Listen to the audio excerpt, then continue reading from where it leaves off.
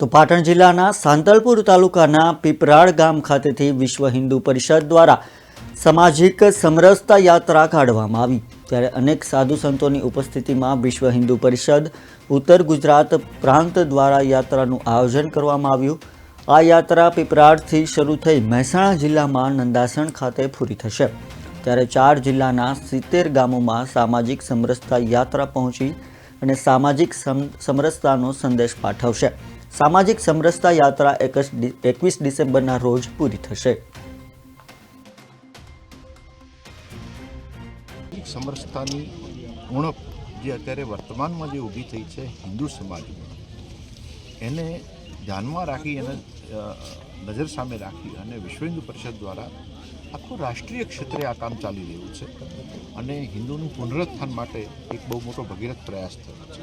એમાં મહેસાણા વિભાગ દ્વારા જે અહીંયા આજે પીપરાળા ગામેથી છેલ્લે સરહદી વિસ્તારમાં જે થઈ છે, આ વિસ્તાર પહેલેથી જ મુસ્લિમ બહુલિયત અને મુસ્લિમ પ્રભુત્વવાળો વિસ્તાર રહ્યો છે।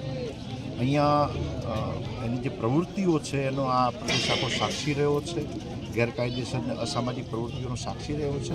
તો જ્યારે સામાજિક સમરસતાનો હિન્દુ જ્યારે પ્રયોગ કરતો હોય ત્યારે સ્વાભાવિક છે કે એવા વિસ્તારમાંથી શરૂઆત કરવી જોઈએ કે જ્યાંથી મેસેજ છે એ બધે છવાઈ શકે, બધે જઈ શકે, છેવાડા સુધી જઈ શકે। સામાજિક સમરસતા એ ભારતનું એક ગૌરવ છે, ભારતની એકતાનું પ્રતીક છે।